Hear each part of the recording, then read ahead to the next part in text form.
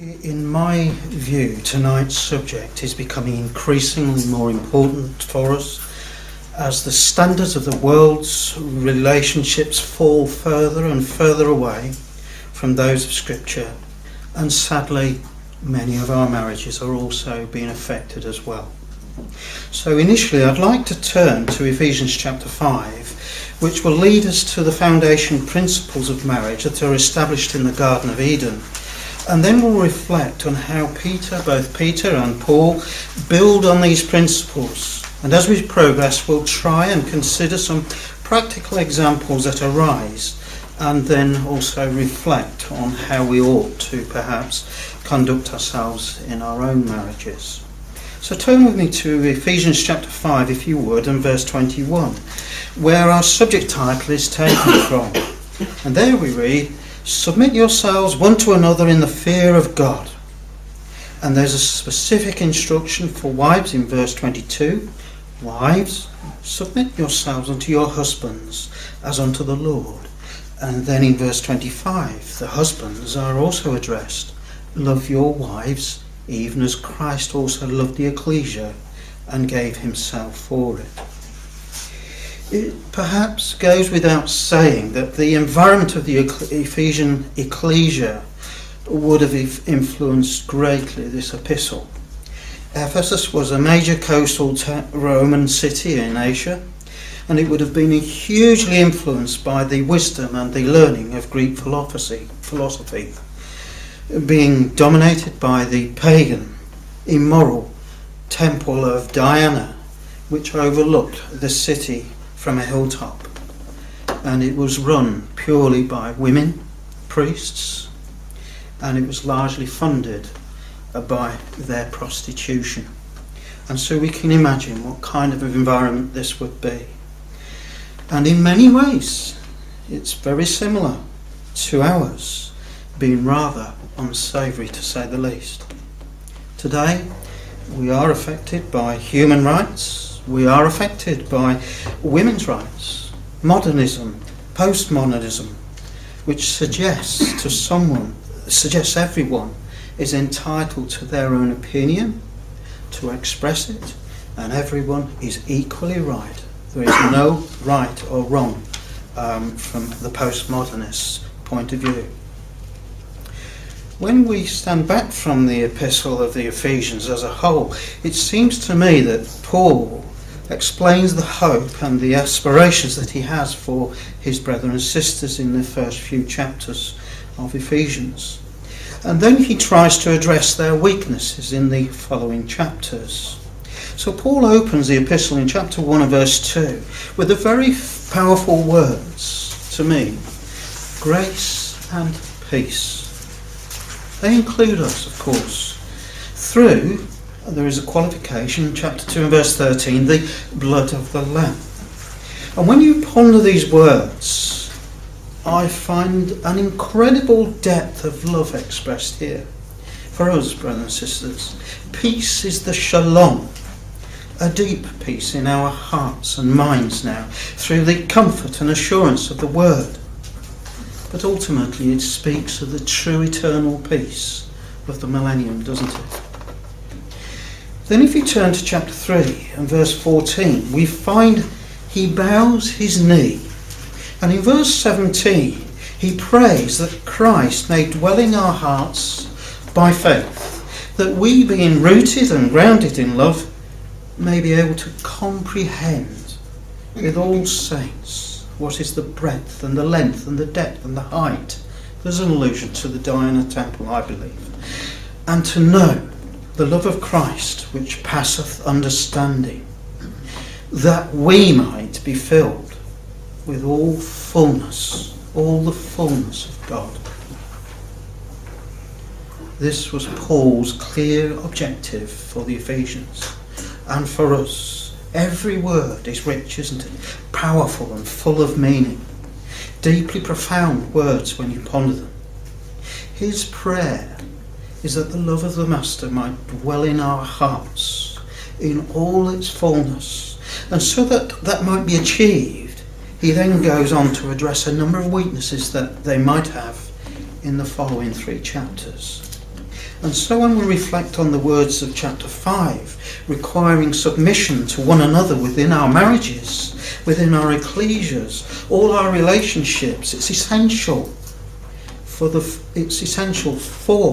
fullness of God and the mind of Christ to dwell within us properly.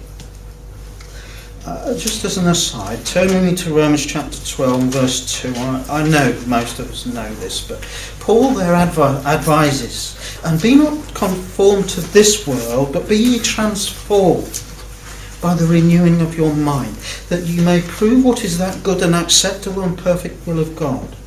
And transformed, as I'm sure you're aware, has the idea of metamorphosis, which is a complete change from one thing to another, from the fleshly selfish way of thinking to that of the selfless spirit mind. But importantly, notice it is a process that Paul expects us to put in place, which starts with the renewing and renovation of our minds and followed by our moral behaviour. And it's clear from these words that Paul believed we do have a choice in these things. We do have a choice in the way we think. We do have a choice in the things that we do and the way that we behave. But moving back to Ephesians, we find Paul in chapter 5 and verse 21 through to chapter 6 and verse 9 makes what might appear to be a disproportionately large issue of submitting one to another. And so surely the size of that reflects on how important it was that we submit one to the other to him. And in verse 21 and verse 22, the word submit is the same in the Greek, which essentially means to set in order underneath one another. And Paul then explains how he expects this to happen. Firstly, verse 22, wives are to submit to their husbands. Verse 24, in the same way that the ecclesia ought to the master. And in verse 25, husbands are to love their wives as the master loved the ecclesia in giving his life for them. And notice that Paul spends more time on the husband submitting in his responsibility to the wife than the other way around. There's a disproportionate amount of time placed on the husband, for it continues true to the end of the chapter in verse 33. Verse 23, for the husband is the head of the wife, even as the master is the head of the ecclesia, and he is the saviour of the body.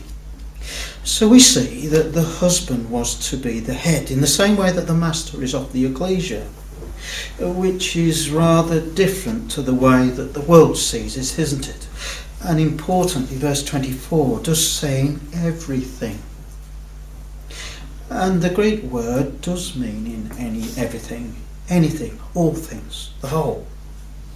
And as the master was the saviour of the body, so similarly the husband should be in submission, provide for the spiritual and physical deliverance of his wife and family, even to the giving of his life, as the master did.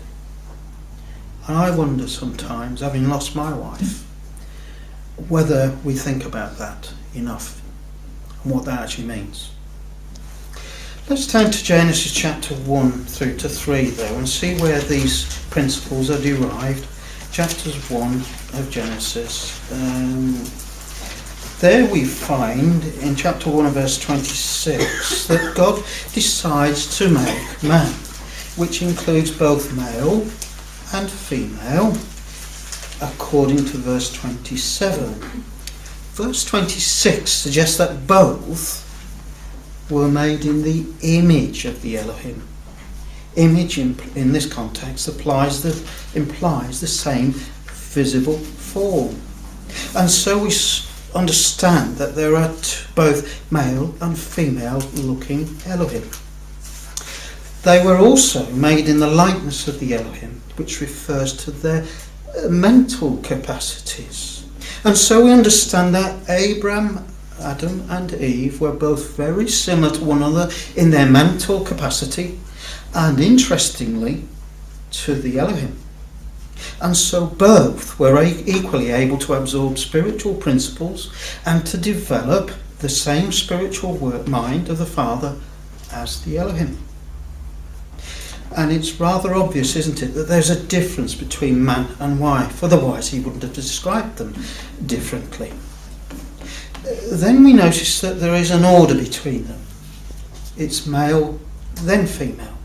And interestingly, there's a comment that was made. This was a comment that was made before they came to marriage, which was sanctioned in verse 28. Verse 27 also indicates that they both share the same responsibility and dominion over the earth and all that therein is. So we find that there are some things in which both male and female are equally and completely equal in, but there are other things in which there is an order, a divine order. According to verse 31, both Adam and Eve were made on the sixth day. And in chapter 2 and verse 7 we see that Adam was formed out of the ground. And in verse 18 of chapter 2 we find one of the principal reasons for their marriage and why Eve was created in a different way. It is not good that the man should be alone. I will make him a helpmeet. And helpmates mean help. But meet has an idea of companionship and is something which is parallel or alongside, facing, or an opposite. And so she was to be a suitable, complementary opposite, helping companion in the responsibilities that the Father had given Adam. In verse 21 we read how she was formed. And Yahweh God caused a deep sleep fall upon Adam, and he slept, and he took one of his ribs. Verse 22, and from the rib he made a woman, and brought her unto the man. And Adam said, this is now bone of my bone, flesh of my flesh, she shall be called woman. In other words, out of man. So we see that Adam's companion was much more than just a mate. She was to have a special relationship with her husband that the animals just simply don't have. And having been taken out of the side of Adam, she was figuratively taken out of his heart. Eve was actually part of man, and she therefore by nature had a much closer empathy and dependency on Adam than the animals. And this of course ought to be naturally reflected in our marriages. But what can we deduce then about the different natures and the abilities of Adam and Eve in Genesis, who were created with different roles in mind? Verse 15 of chapter 2, Adam was asked to dress and keep the Garden of Eden. In other words, to work within it and to guard, protect and develop it. And when we consider the types again, trees depicted individuals, didn't they? You think of Isaiah 41, Isaiah 55, for example. So there is a spiritual implication that he was responsible for building and nurturing a godly family, bringing them up in the nature and admonition of the truth. And we find out that this is actually borne out in the words of chapter 1 and verse 28, when they were blessed and told to be fruitful, multiply, and to replenish or fill the earth, both physically with their own family, and also spiritually by implication of the types. In fact, this is one of the key objectives of marriage, I'm sure we all know. It's the building of the house of the Father for glory to his name. And Eve was asked to help Adam in all this. She was his helpmeet, which required her voluntary assistance. Otherwise there would be friction between them. And importantly, she would have been contradicting the Father's direct instruction when you think about it, and his will on the matter. When we go to consider the fall, we notice in chapter 3 and verse 6 that it was Eve who was misled when the serpent in verse 4 and 6 conveyed to her his thinking on the tree of the knowledge of good and evil. Verse 4, and the serpent said unto the woman, Ye shall not surely die. For God doth know that in the day ye eat thereof, then your eyes shall be opened, and ye shall be as the Elohim, knowing good and evil. And so the serpent deduced that the father must be quite wrong. For surely Adam and Eve would become just like the Elohim if they ate of the tree of good and evil, knowing good and evil in the same way.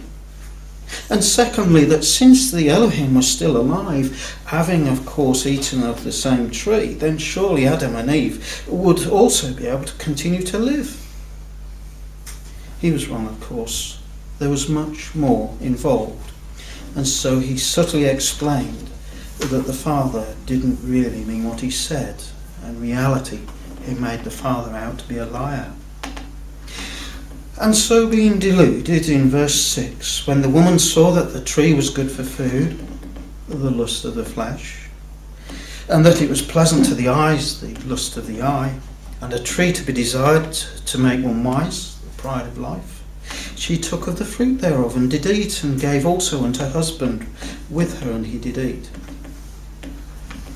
It's well known that the men and women in the main think differently, that the different areas of the brains are interconnected and are triggered in different ways. Women in the main tend to think more intuitively, more emotional, shall we say, and sympathetically than men, whereas men are often more logical and more reasoned. And it seems to me that Eve's decision was based more on emotion than Adam's would have been. And the words of 1 Timothy 2 verse 14 would perhaps tend to confirm that, because it says Adam was not deceived whilst Eve was. And therefore it's reasonable to assume that Adam could have steered them both away from the situation, had he been consulted beforehand. And it seems to me that Adam, as the head of the house and who had been given dominion over the animals, ought to have had more control over the serpent, not permitting it the freedom and the opportunity to mislead his wife. He also ought to have ensured Eve was strong enough spiritually to perceive the dangers and the subtlety of the serpent thinking, and to give it a wide berth, as it can be implied by the word touch in verse 3. But if Eve was subjecting herself to Adam, surely she wouldn't have taken of the fruit without discussing it together with her husband, the head of the house, because it was clearly something that would affect them both in a big way. What a huge mistake, having such big consequences for them both and their offspring. Wasn't it essentially selfish of Eve? And sadly Eve, in her own mind, was actually making Adam subservient to her, contrary to the Father's will. And so surely a couple ought to try and understand one another's different abilities, their strengths, their weaknesses, and to amiably cooperate one with the other in love, using their respective strengths for the mutual benefit of the truth, themselves and their families. Wouldn't it have been better for Eve to amiably leave Adam to think logically through the issues and then together discuss it before taking a joint big decision? And clearly it's important that a wife would never feel oppressed or ruled by her husband. Her submission should be entirely voluntary, not enforced. And of course this would be made much more easily for her if her husband was to lead appropriately in a loving way, just in the same way that the Master has led the Ecclesia in love. And we respect the Master because of what he's done for us. The principles he lived by are altogether lovely, aren't they? Good, just and true. And we naturally, with a free will love, wish to help him on the same basis, complementing and complying with his wishes as his faithful helpmeet. And if we don't have the same values and think the same way, then surely we strain the relationship that we have with him. And so Adam, in verse 6, having become weaker in the relationship than he ought to have been, he voluntarily, knowing what he was doing, he'd actually thought about this, he gave his life for his wife.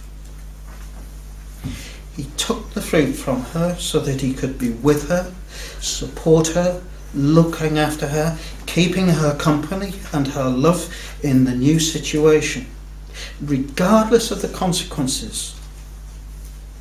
He knew, dying thou shalt die. And so he loved his wife, as Paul exhorted, didn't he? Giving his life for her, quite literally. I wonder whether we would do the same, brethren. How sad it would seem that both made such big mistakes, and that the consequences were so great for both of them and their extended family. After taking the fruit, they felt quite naked, and so we understand they were both equally responsible to the law, as we are in the truth. And the Elohim answered, chapter 3 and verse 11, Who has told thee that thou wast naked? Hast thou eaten of the tree whereof I commanded thee that thou shouldest not? Again notice that there is an order. Adam, then Eve. Notice they are rather pointedly addressed here as man and woman, which emphasises, of course, that it was Adam who was taken out of the ground, whilst Eve was taken out of the side of the man. But when they made their replies, notice verse 12, how very wrongly both Adam and Eve tried to shift the blame from one to the other, instead of admitting to their own failure and responsibilities. Like Adam and Eve, the Master will judge us by the things that we say when he comes, and the things that we have done. And if we respond in the same way as they did, I certainly don't believe that we will be acceptable to him. Can you imagine representing the Father as kings and queens in judgment over the nations in the future, if we fail to determine the real issues and pass judgment on both from Adam, as both Adam and Eve did here? It just won't happen, will it? Just ponder what Adam says here for a minute. The woman thou gavest me. Oh, how quick he is to falsely blame the woman. But more importantly, he's pointing the finger at the Elohim. Wasn't it the Elohim who had given him the woman as a blessing? And so doesn't Adam effectively blame them and deride the God-given provision that he had been made and been given him? How dangerous and ungrateful he really was. Wasn't it Adam's responsibility to encourage and build his wife's understanding so that she didn't make such a mistake? He didn't seem to have, and so some blame actually rested in that respect back on Adam. But he doesn't stop there. He goes on to blame Eve. She gave me of the tree and I did eat. And whilst those might be accurate words, they are nevertheless deceitful, because they imply that he didn't think before he took the fruit from her, and that he'd simply done as she said. And yet we know from 1 Timothy 2 and verse 14, it says he wasn't deceived. And so Adam must have thought clearly about it.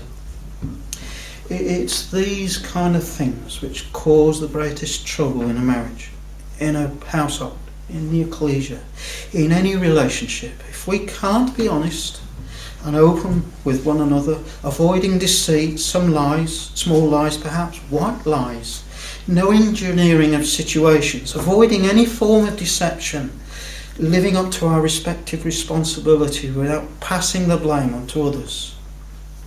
If we don't trust and respect slowly and quicker evaporates, and rifts arise, causing fundamental problems in a marriage and in a family and in ecclesia. The Father exhorts, doesn't he? Be ye holy, for I am holy. It's not optional when you think about it. In all these difficulties, it's important that we learn how to behave, how to build one another up, encourage one another. And when our partners fall short of the mark, as we all do, we continue to build and to lift them up for the next occasion. It's so easy to knock down. Another thing that particularly gripes me, I'm sure I'm not alone, but how often do you hear somebody say that they will do something and they don't? Worse, promise and they don't. Yet our yea should be yea and our nay a nay, keeping our word, and more importantly our promises. And I often flip the coin the other way up and wonder how we would feel if the Father didn't keep his word. Imagine that. He changed his word and blamed us for something that we hadn't done. So again, why would we think that we can represent the Father in the millennium or be the Master's faithful loving bride if we can't keep our word? Verse 13, the woman is then challenged and she then blames the serpent, and without thought goes on to quickly admit that she hadn't questioned or thought about the serpent's suggestion. But she also lied, because we are told that she saw, she desired, she took. She must have thought, but she was carried away by her lusts. Perhaps she's being a little bit more honest than Adam, because she was actually deceived. Verse 14, when it comes to the serpent, he had pontificated on something he didn't fully understand. Being wrong and effectually, he made the Father out to be a liar. Although he wasn't responsible for the law like Adam and Eve, he nevertheless suffers for misleading Eve, for he was then to crawl on his belly on the ground and eat the dust of the ground. In verse 16 through to verse 19, judgments of sorrow are passed on Eve first and then Adam. And in verse 16 we find that the woman's sorrow was to be greatly multiplied, whereas Adam's isn't. In sorrow thou shalt bring forth children clearly refers to childbirth. Her desire or her longing would now be to her husband, and he would have dominion over her. So her emotional and physical dependency on Adam would now appear to have become deeper, and it would form part of her sorrow. Verse 17, and to Adam, because he had hearkened unto the voice of his wife rather than the Father, he would now provide for his wife and family in the sweat of his brow. And it would seem that the man to me was made physically and emotionally stronger so that he could fulfill that role and provide for his family. And so we see in the judgments made on them their different roles and their dependencies were emphasised. Eve was to bear children and her desire would be to her husband, and so it would seem that she was blessed with a softer, warmer nature that made her more sympathetic and more suited to her role of supporting her husband and children, helping to raise her husband's family. Both roles in the wisdom of the Father were equally necessary and vital, but they are different. Well, changing the subject a little bit now, what should our approach be if things start to go wrong in a marriage? Well, we ought to start talking, didn't we? And agree the spiritual principles between that are affected. And then I think it's most important that we allow a bit of time for the emotions to catch up. Let's go back to our reading there in 1 Peter chapter 3 and verse 1. And there we find that wives can potentially, in such circumstances, win their husbands by their spiritual example. And in principle, of course, this applies the other way round to the husband. It's by their manner of conversation, by their reverence to the truth, and by her being subject to him, or the other way round, rather than leaving one another. Verse 1, likewise ye wives, be in subjection to your own husbands, that if any obey not the word, and so that could be somebody now within the truth or out, they also may without the word be won by the conversation or manner of life of their wives. Verse 2, while they behold your chaste conversation coupled with fear or respect.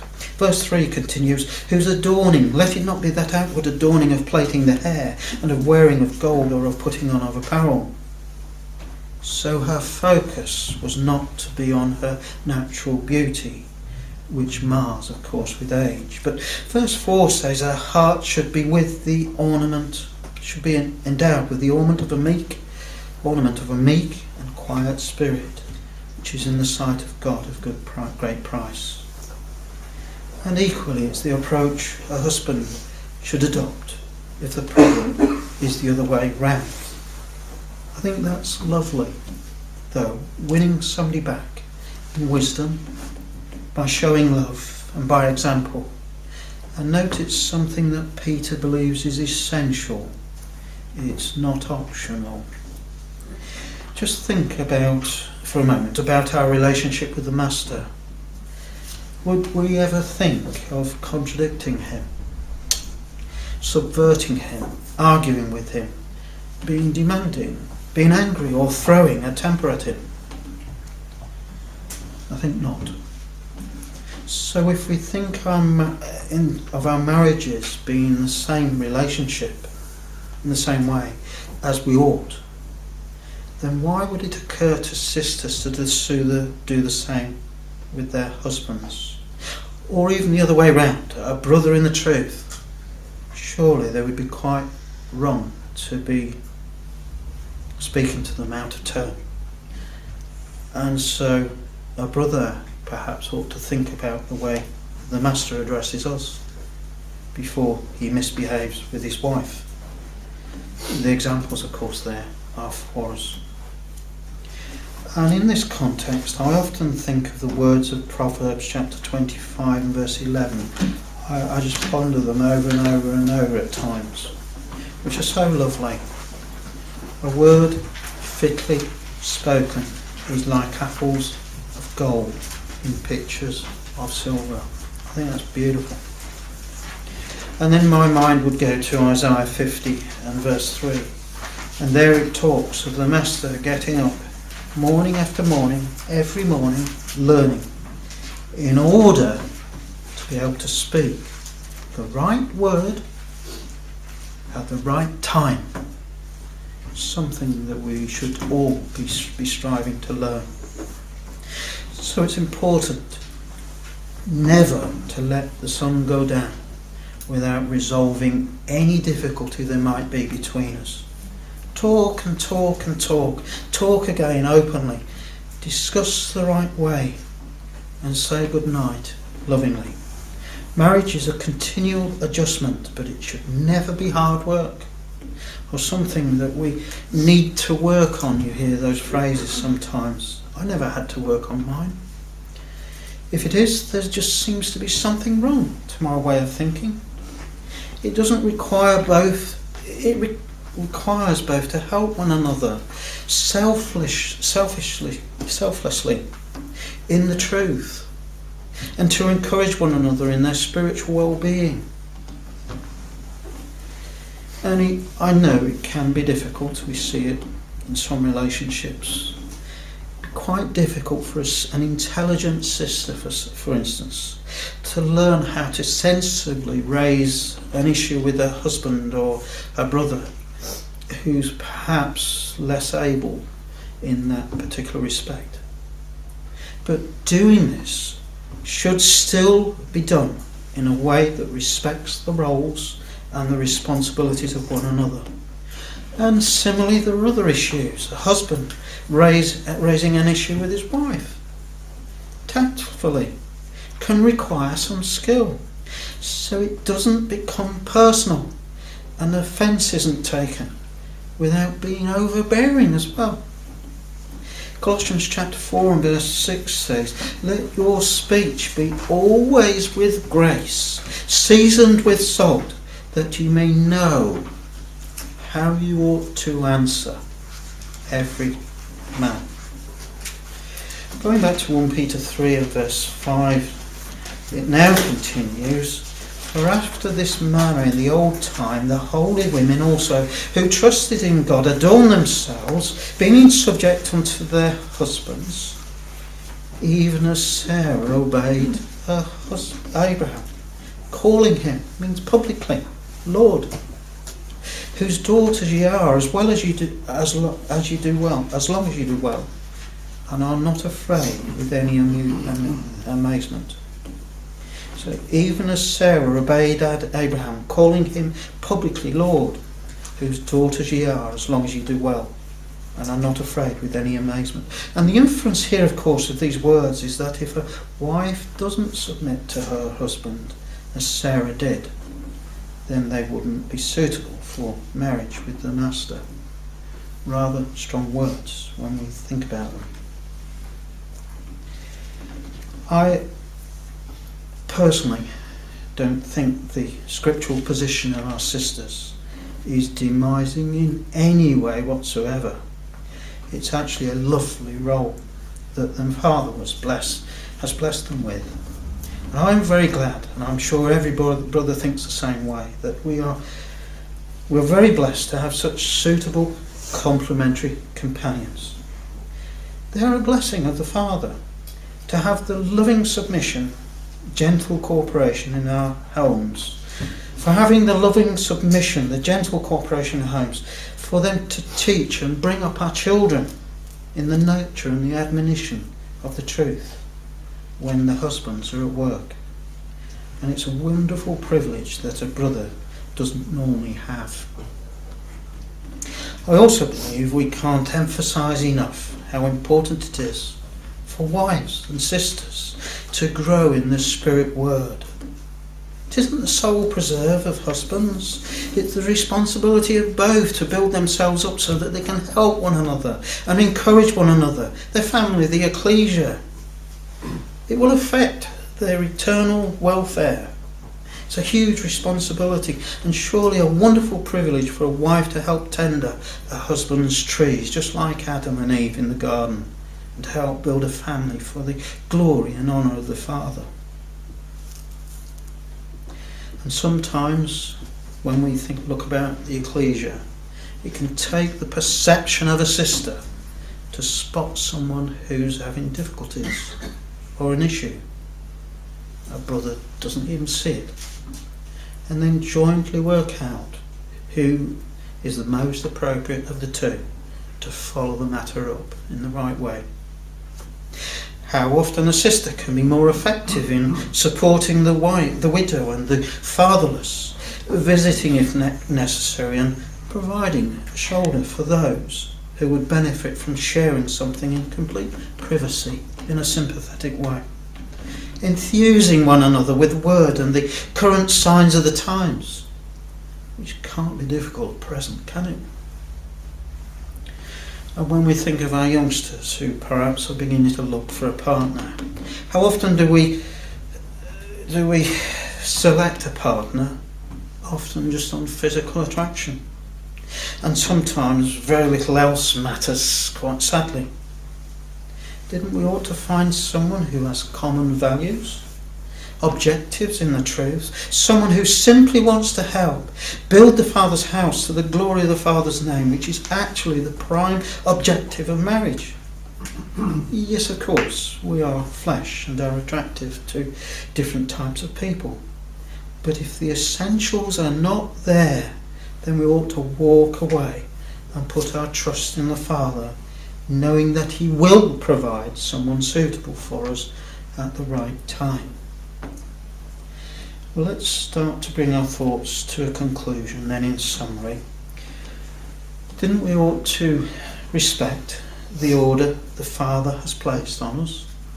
Respect the equal capacity we both have for understanding divine things. Submit to one another. Learn to use our different benefits and strengths for the glory of the Father, that the fullness of the Godhead also might dwell within us, and share together in the hope set before us. And you know, I've thought about this quite a lot. Just like a normal husband to be, let us not be deluded that the Master will know at his return whether we are genuine brides, having a genuine love for him, or whether we are selfishly looking for what we can get from the relationship, to be kings and priests for eternal life, as it were. He will know whether we are purely motivated by our love and respect for him, and whether we have been genuinely preparing ourselves for him in love, loving the same things, thinking and behaving in the same way, having the same values of mercy, gracious and true. If we don't, and if not, I don't believe for 1 second that he will want us as eternal wife. Would you? I think the answer is obvious. Just come with me for a few minutes as we conclude to Song of Solomon chapter 4. Again, another one of my favourite chapters, if we're allowed or permitted to have them. Song of Solomon chapter 4 and verse 8. It shows the love that there will be between the Master and his bride.